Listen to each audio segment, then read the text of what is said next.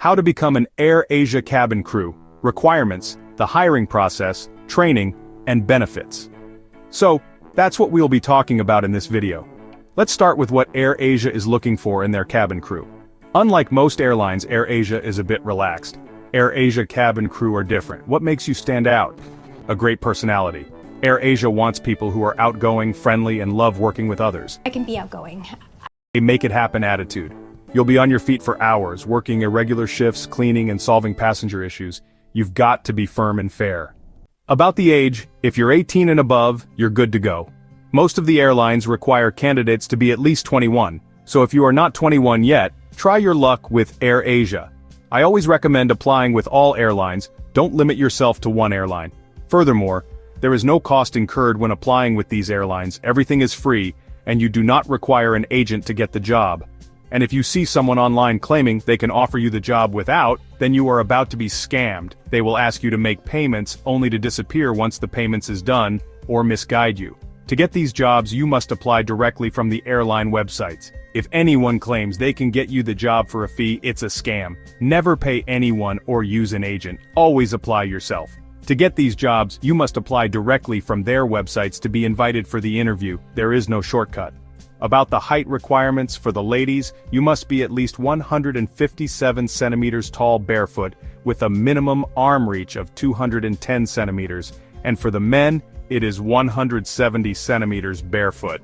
Again, this is a good chance for the ladies who are not 160 centimeters tall. The 210 centimeters arm reach is basically the height of the overhead compartments. Let's move on to looks and grooming. AirAsia celebrates individuality. You can style your hair however you want, just keep it presentable. But yes, grooming matters. Here's what they expect. Flawless skin with no acne marks, no visible marks on hands or legs, no braces, healthy looking hair. Men can have long hair, but may need to cut it short if hired. And yes, false lashes, extensions, contact lenses, colored hair, and even hair down styles with curls or volume are allowed, but no hair buns. For most airlines, the crew are expected to always have their hair tied in a low bun. But for AirAsia, a bun is not allowed. Here's what you must bring to your interview day. Updated CV, copy of passport or IC, full body photo and passport size photo, vaccination certificate, education certificates. For Malaysians, at least SPM with 2 credits, including English, and pass in Bahasa Malaysia.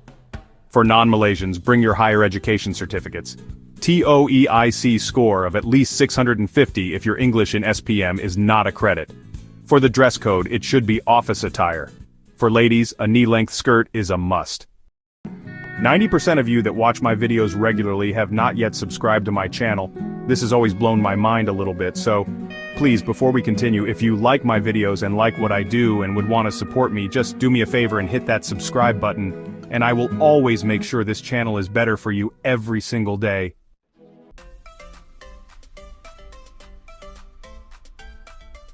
Okay, now let's talk about the hiring process, step by step. Step 1 is the height and arm reach check. Make sure you meet the height and 210 centimeters reach requirement. It's the very first check.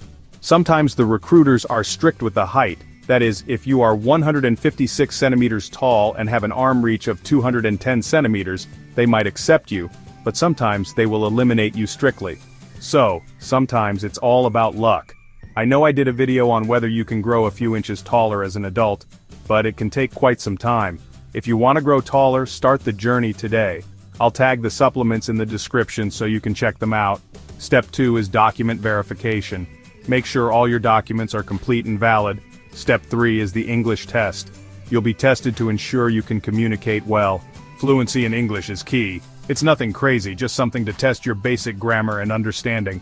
I have created another channel where we will be learning English together. This will help you stand out during the assessment and ace the test. So make sure to subscribe and let's learn together. Remember, all cabin crew interviews are done in English, and you need to be fluent because English is the language used during flights worldwide. If you are struggling in English, join us today. It's free for everyone. Remember, all cabin crew interviews are done in English and the candidates should be fluent in English. Moving to the next stage, which is step 4, this is the grooming check. Your overall appearance will be assessed. You are required to have clear skin, neat hair, and well-presented attire. Step 5 is a one-on-one interview. This is your moment to shine. Here, the recruiter will ask you a few questions like, tell me about yourself, and why do you want to become a cabin crew? Just be yourself and smile, and do not give those lame answers like becoming a cabin crew is your childhood dream. I have done a video and a book with over 50 cabin crew questions and how to answer them. You can watch the video or purchase the book on the Amazon official store. I will link both in the description box so you can check them out. Step 6 is catwalk and group activity. On the assessment day, you will be asked to do a catwalk assessment. And then finally, there will be a group activity. If you have been watching my videos, especially the ones under the Cabin Crew Guide playlist on my homepage, you must have realized the hiring process with all airlines is basically the same. That's why I have done general videos on how to pass the cabin crew group discussions and the one-on-one interview. If you have an upcoming assessment, make sure to watch my videos. They will be a huge help to you. The hiring process with all airlines in the world is basically the same concept. And remember, every stage is an elimination stage. Quite a number of candidates are sent home after every stage. Okay, now let's talk about AirAsia cabin crew training. What you'll learn in 46 days. If you pass everything, congrats.